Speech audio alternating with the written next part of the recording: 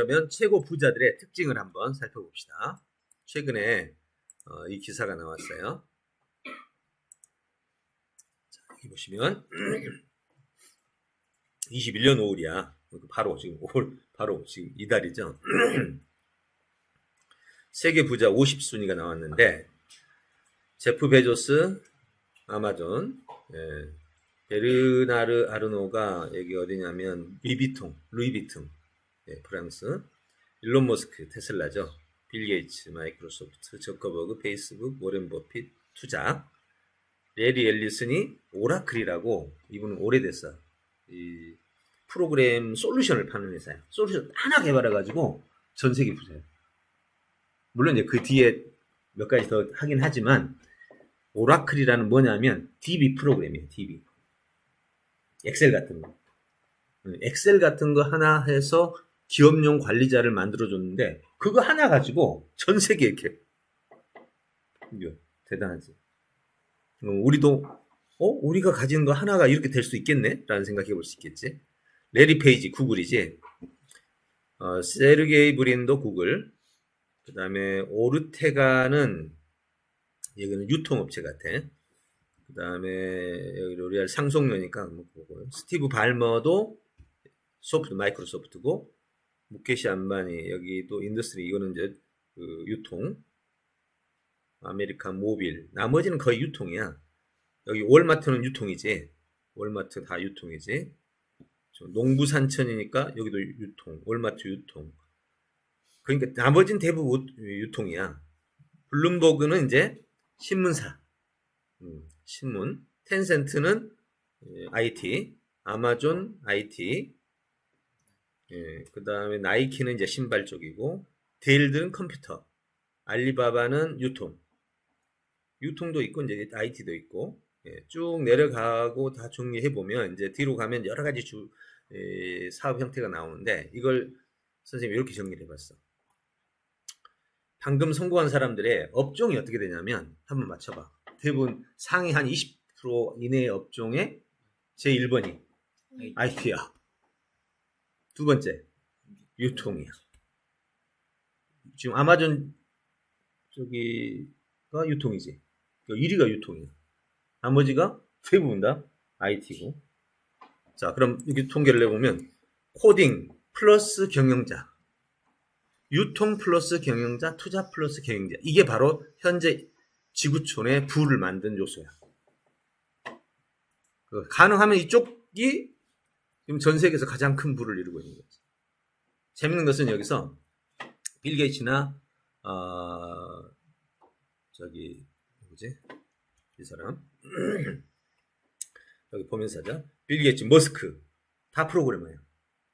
초기에 다 프로그래머예요. 직접 자기가 프로그램 한 걸 가지고 상품을 만들고 그걸 경영을 한 거지. 저커버그, 그지? 레리 앨리슨, 레리 페이지, 세이브린 다 프로그래머. 스티브 발머, 그렇지? 나머지 유통. 그러니까 코딩, 여기서 중요한 거야. 여기서 꼭 기억해. 코딩을 해서 성공했냐? 아니야. 그렇게 생각하면 안 돼. 코딩을 해가지고 경영까지 했기 때문에 성공한 거야. 그럼 프로그래머가 지금 현재 얼마나 많냐고, 전 세계에.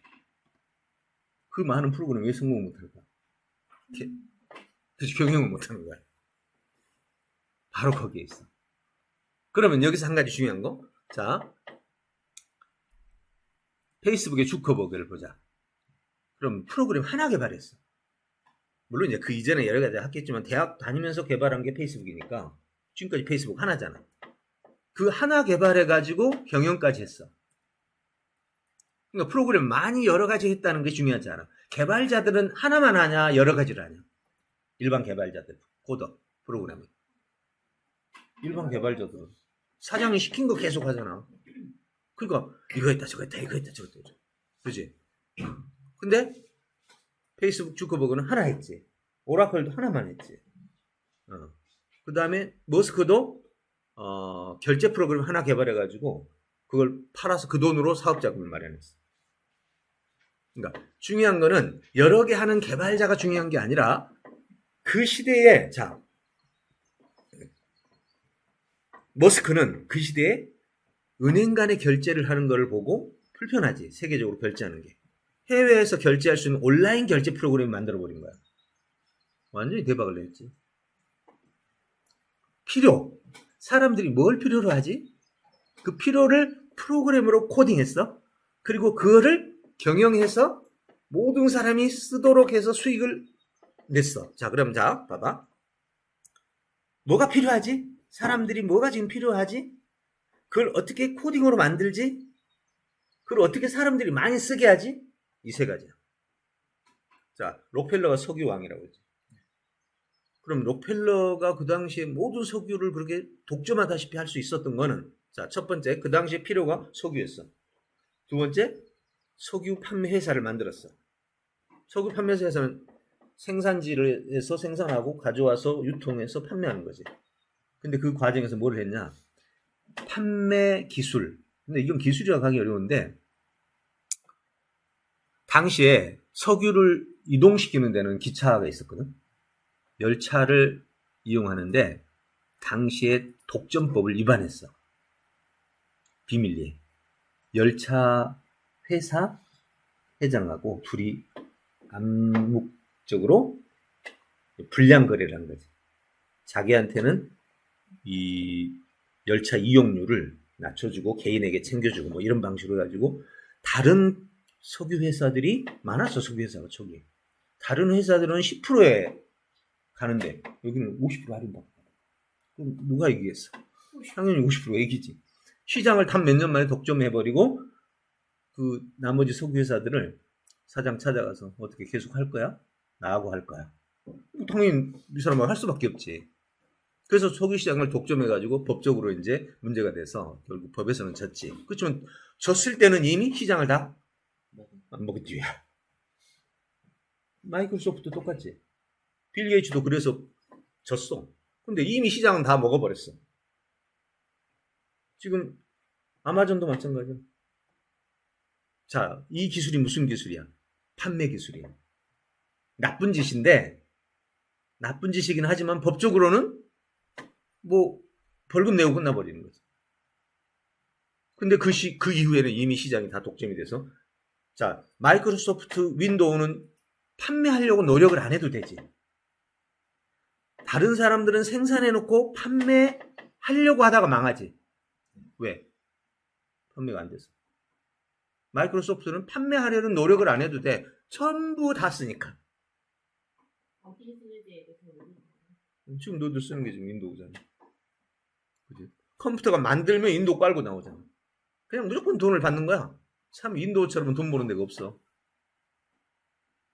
그럼 윈도우는 처음부터 그랬을까? 아니야. 빌 게이츠가 조금 나쁜 짓이지. 그때 빌 게이츠가 그 당시에 이 독점법 때문에 걸렸을 때 세계적으로 IT 하는 사람들한테는 악의 화신이었어. 너희들은 모르지. 그때는 진짜 빌 게이츠는 악의 화신이라고 했어. 왜? 누군가가 뭘 만들면 그냥 갖다가 윈도우에 집어넣어버리는 거야. 그럼 윈도우에 넣어버리면 지금 이제 이 사람이 그때도 무슨 일이 있었냐면 지금 이제 우리가 인터넷 익스플로러 뭐 엣지 쓰잖아. 근데 그때 당시에 인터넷 그 브라우저 중에 세계 최초로 나온 네스케이프라는 브라우저가 나왔어. 세계 최초로. 제일 좋았어. 근데 이거를 가져다가 네스케이프를 윈도우에 넣어야 돼. 원래는. 그런데 네스케이프를 비슷하게 만들어가지고 익스플로러 해가지고 넣은 거야. 그럼 네스케이프 망하지. 결국 망한 거야. 그래서 이제 고소가 걸려가지고 졌어. 졌지만 이미 끝난 거지. 벌금 끝나버린 거야. 벌금 주고. 이런 식이야. 그 뒤로도 계속해서 나오는 프로그램마다 전부 이렇게 해버린 거야. 그러니까 IT 업계에서 어떻게 했어? 빌 게이츠는 진짜 악의 화신이었어. 그러다가 빌 게이츠가 철이 들었는지 좀 한 몇십 년 지나서 자기 재산을 사회에 환원하겠다. 이런 거야. 그래서 이제 이미지가 좀 이제 바뀐 거야. 왜 남의 돈 다 뺏어 먹어놓고 이제 그 다음에 사회 환원한다고 그러니까 그나마 이제 조금 용서를 하게 된 거지. 자, 이런 것이 바로 세계에서 가장 뛰어난 유통 기술이 뭔지 아냐? 독점 기술이야. 그리고 지금까지 록펠러 이후로 지금까지 전부 세계적인 부자는 다 독점법을 이용해서 부를 쌓은 거예요. 지금도 그래. 페이스북도 페이스북 외에는 없어. 인스타 나오니까 어떻게 써? 인스타 남의 회사였지. 어떻게 하든? 그냥 자기 거로 사버려. 구글에서 유튜브 나오니까 어떻게 해? 사버려. 더 이상 덤빌 군데가 없어. 이게 독점 기술이야. 아마존 어때? 지금 미국 유통시장 50%를 장악하고 있어. 혼자서. 어마어마하지. 자, 이제 앞으로 어디로 가야 되는지를 잘 생각해야 돼. 그래서 코딩 플러스 경영자. 바로 이런 사람이 성공한다. 그럼 이제 올영 그룹도 과연 그렇게 될 수 있을까? 다행스럽게 우리도 IM 플랫폼을 만들었는데 우리 엄마하고 뭐 다 해서 팀이 5명인데 5명이 10년간 플랫폼을 지금까지 작업해 왔다가 이번에 개발한 IM이 드디어 이제 국제 플랫폼이 되게 됐지. 지금 1억 5천만 명 회원이 지금 들어오게 돼. 어마어마하지. 태권도 국기원이 지금 210개국에 1억 5천만이야. 우리한테 다 들어오기로 계약이 돼서 지금 예상까지 다. 자, 이 정도면 어마어마한 플랫폼이 되는 거야. 1억 5천이 보통 1억 5천 만들려면 수년이 걸려. 페이스북도 100만 명 만드는데 수년 걸렸거든. 회원 100만 명 만드는데. 근데 우린 지금 이런 제휴 방식을 써서 이것도 유통 방식이지. 이것도 회원을 모집하는 게 유통인데 우리는 이런 방식을 이용해서 회원을 끌어들임으로써 유통을 개발하자마자 지금 이렇게 만들 수 있잖아.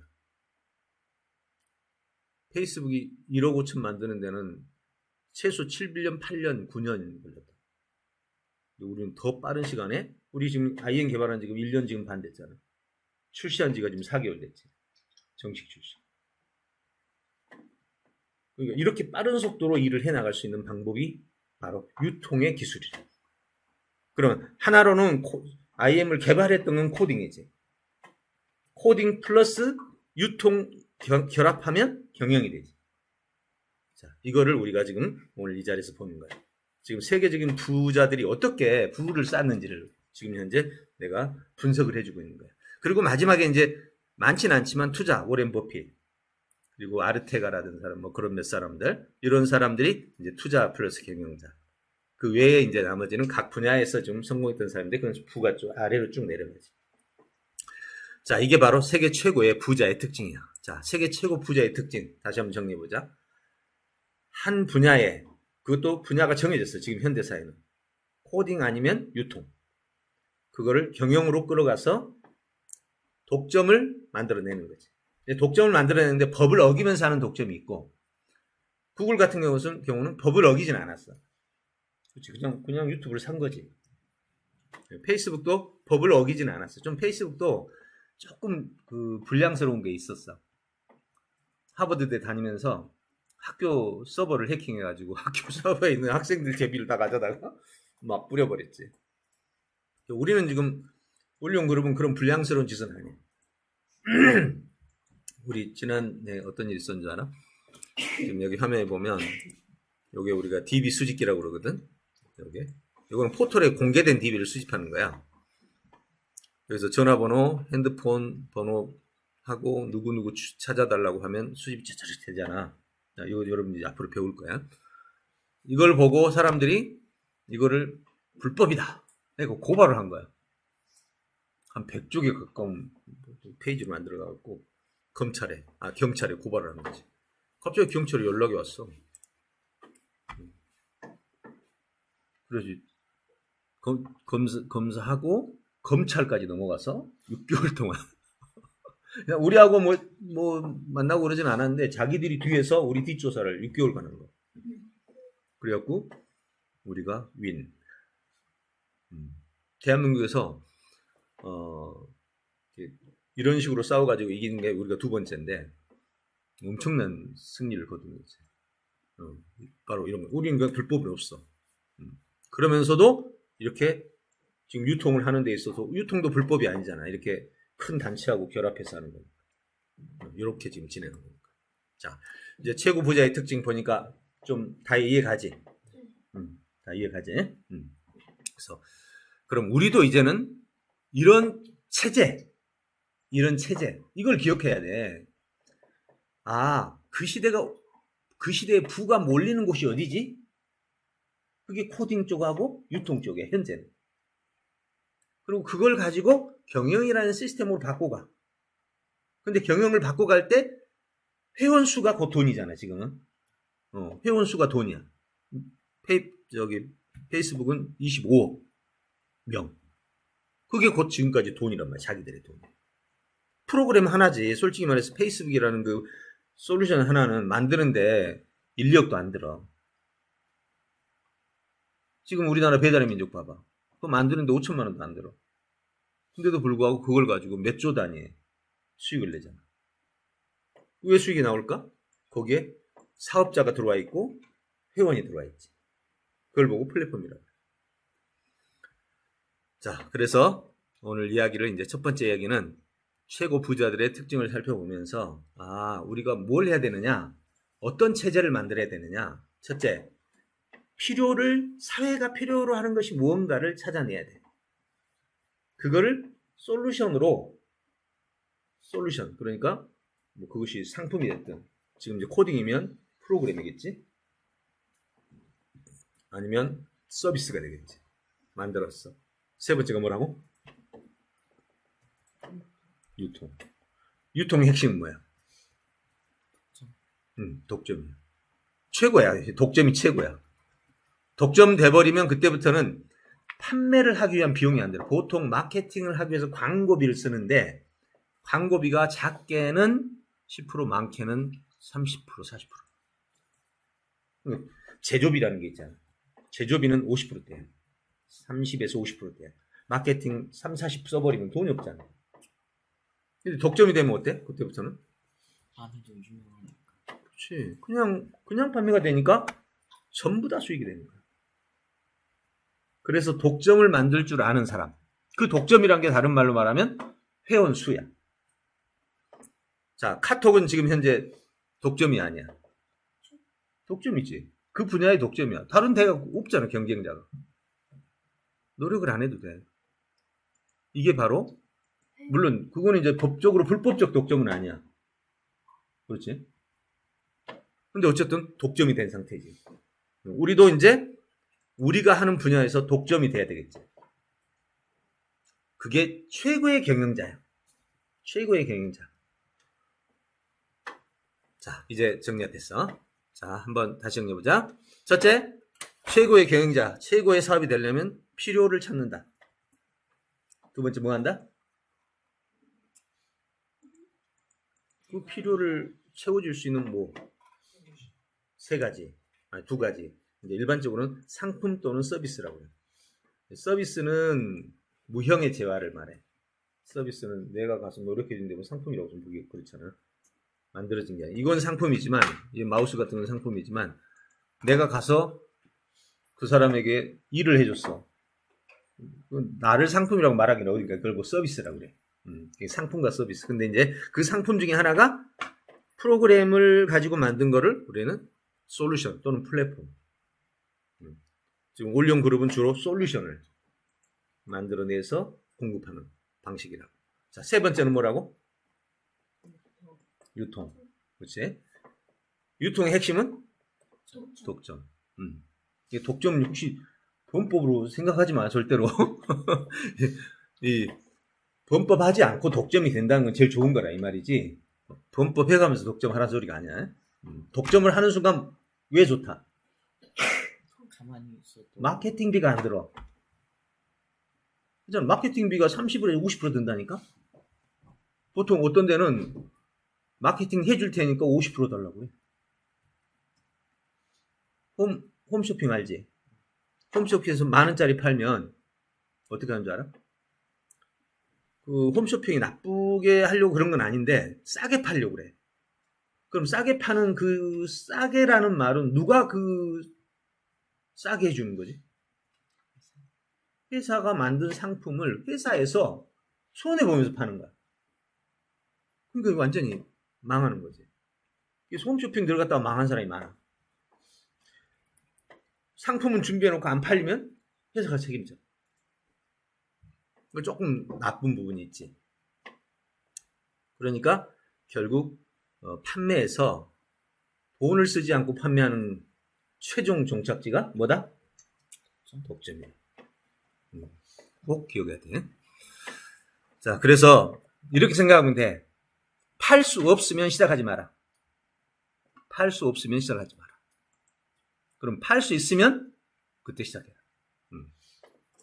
자, 그럼 이제 부자들이 어떻게 성공했는지를 한번 살펴봤습니다. 자, 잠깐 이제 시간에 소감을 한마디 쓰는 시간 가질게요. 자, 메모 거기다가 소감을 오늘 이 내용을 들으면서 그냥 자유롭게 뭐 규칙 없이 오늘 내용 들으면서 소감을 한번 써봐요. 한 5분 시간 줄게요. 느낌 막 그런 뭐 자유롭게 네. 그냥 또 지금 보니까 뭘 표현한다는 게 쉽지가 않지. 분명히 30분을 들었는데 뭐 의견을 써보라고 하니까 어떻게 써야 될지 모르겠지. 봐봐. 여기 화면을 보면 쓴다라는 거는 머릿속에서 뭔가 떠오르니까 쓰겠지. 그럼 떠오르는데 떠오르는 게 그냥 안 떠올라. 뭔가를 표현할 때는 자 이걸 가지고 뭔가를 표현한다 그러면 표현한다는 말은 이걸 가지고 어떻게 사용한다는 뜻이거든. 그럼 앞에서 들었던 이야기를 먼저 떠올려. 아주 간단한 방식, 공식이야 이거는. 자, 오늘 부자의 특징에 대해서 들었다. 자, 떠올랐어. 이건 떠오른 게 아니라 들은 거지. 그럼 여기서 뭐가 궁금해? 이 문장에서 뭐가 궁금해? 특징이 궁금하지. 자, 그럼 특징 써줘야 되지. 자, 특징은 핵심 특징은 필요를 인식하고 두 번째 뭐였지?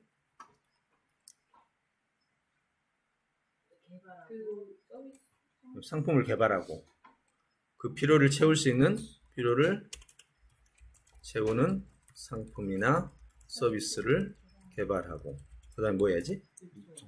이것을 유통해서 독점적 유통이지.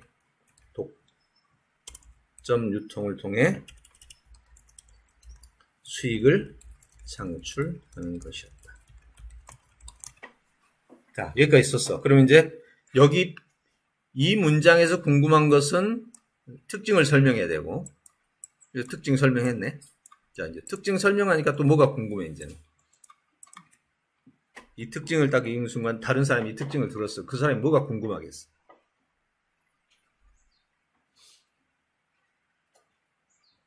궁금한 게 뭐야 여기서?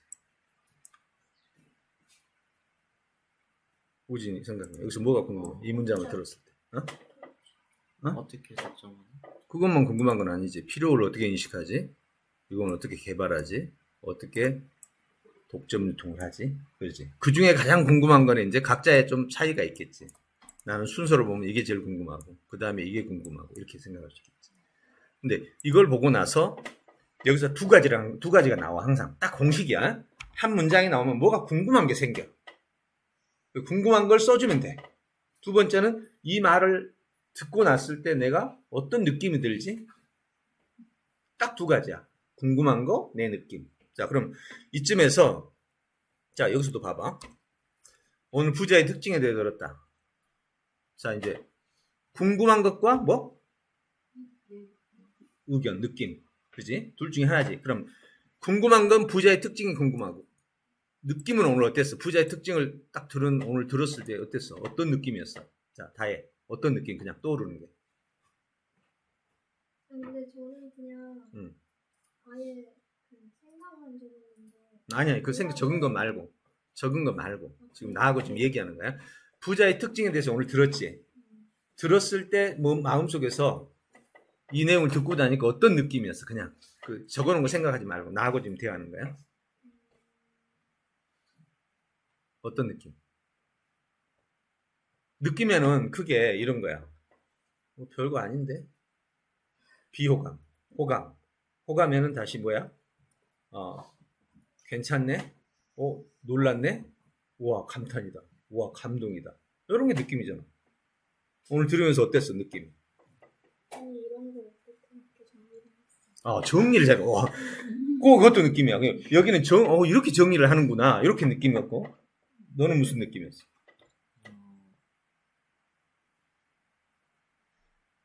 부자의 특징에 대해서 설명한 내용을 보면서 어떤 느낌? 이런 식으로 하면 성공할 수 누구나 있겠군. 되겠다. 오케이? 자, 다르잖아, 이렇게. 신호는 어떤 느낌? 부자들이 어떻게 이렇게 성공하는구나. 네. 다비 씨는? 이렇게 응? 누가 먼저 이렇게 누가 먼저 이렇게 할 수 있을까? 봐봐. 우리 중에 우리 중에 누가 먼저 이렇게 할 생각을 했을 이렇게 할 생각했을까? 좋아. 자, 그럼 재밌지. 자, 첫째.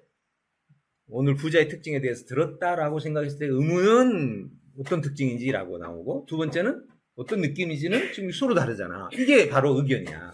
그럼 이게 이렇게 쓰는 거야. 봐봐. 여기다가 두 개가 나오는 거지. 1. 의문. 2. 느낌. 자, 느낌 먼저 써보자고. 자, 우리 다의 느낌 같은 경우는 부자의 정보를 보고 이렇게 특징을 구분해내는 것을 보고 깜짝 놀랐다. 자, 이 말이지. 그래. 이 부분 참, 이건 이제 그 개발자 입장에 지금 접근하는 거야. 내 입장에 접근하는 거야. 요렇게 써. 그럼 의문은 요게 의문이지. 그지? 그럼 잘 봐. 이제 요 다 없애버리고. 자, 그러면 이렇게 되겠지. 오늘 부자의 특징에 대해서 들었다. 부자의 정보를 누가? 우리 송 교수님이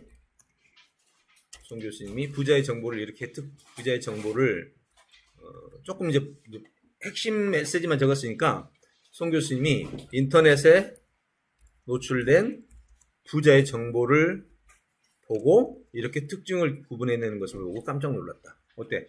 문장 됐지? 그러면 뒤에 문장은 이제 뭐 쓰면 돼? 핵심 특징 써줘야지. 느낌 내용. 이거 계속 반복되는 거야. 근데 내용도 없이 느낌만 쓰려고 그러면 정말 힘든 거야. 그래서 이렇게 내가 떠오른 대로 쓰라고 한 게 바로 그 얘기야. 제일 먼저는 오늘 들은 어떤 것에 대한 팩트를 먼저 써주고 그 팩트에 대한 느낌 아니면은 의문. 그럼 이제 여기서 깜짝 놀랐다. 교수님이 분석한 핵심 특징은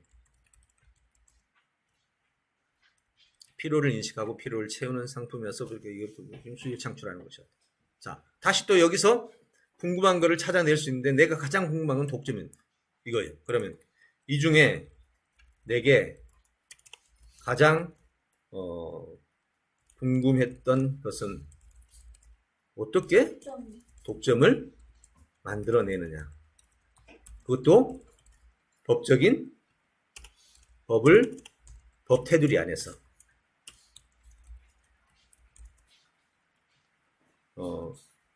어떻게 법적인 테두리 내에서 독점을 만들어내느냐는 것이었다.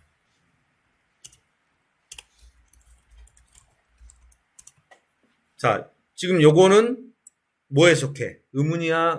느낌이야? 의문이지. 의문이면서 나의 느낌인 거야. 그렇지? 그래서 이제부터 뭘 풀어줘야? 여기서 이제 뭘 풀어줘야 논리적인 사람이지? 그치? 독점 유통을 하는 방법을 아까 배웠지? 아까 내가 얘기한 거 들었지? 독점을 하기 위해서는 그 유사업체를 사들이는 거. 그치? 예, 경쟁업체가 나오면 바로 사버리는 거야? 아니면 이제 불법 빼고니까. 아니면은 최고의 상품을 만들어내면 되겠지. 따라올 수 없는 상품. 뭐 이런 식으로 해가지고 이제 쭉 써나가는. 그러니까 의문 느낌 반복하는 게 바로 표현하는 거야. 너무 간단하지.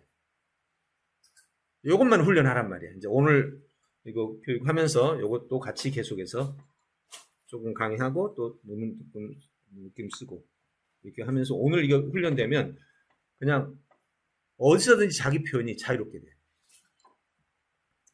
오늘 이렇게 한번 해봤습니다. 자, 그러면 자, 이제 이야기 들었으니까 여기서 끝나면 안 돼. 자, 오늘 이거 놔두고 직접 지금 이제 들은 이 방법을 가지고 자, 다시 5분 더 줄게요. 자. 이거 교수님 쓴 거. 이거 놔두고 이제 이거는 이렇게 왜냐면 이렇게 쓴다는 방식 사례고 오늘 부자의 특징에 대해서 들었다. 이거는 이제 내가 첫 번째 팩트 메시지를 요걸로 넣은 거고 첫 메시지를 뭘로 넣을 거냐 하는 것은 여러분이 선택하면 되지. 그지? 자, 지금부터 5분 다시 줄게요. 그래야 이게 훈련이 돼. 자, 시작합니다. 자, 지금 여러분 올린 걸 가지고 선생님 피드백을 한번 해줄게. 그래야 다음 시간에 이제 다음 시간 소감 적을 때는 달라지겠지. 자, 보면은 다해는 쭉 공통점 이렇게서 등등등. 그럼 여기서 보면 전반부는 거의 다 요약이고 그 다음에 중간에 이러기 위해서 여기서부터 느꼈다. 그러니까 하나 여기가 요약, 의문에 대한 해결, 여기가 의문, 느낌, 또 상품을 독점하기 위해서 이렇게 해서 앞에는 요약, 뒤에는 유익, 의견. 잘했어요. 이런 식으로 하면 돼. 그러니까 요약, 느낌, 요약, 의견, 요약, 의견, 요약, 의견. 여기 계속되는 거야. 예. 자, 그렇게 하고 그 다음에 다비씨는 그다음에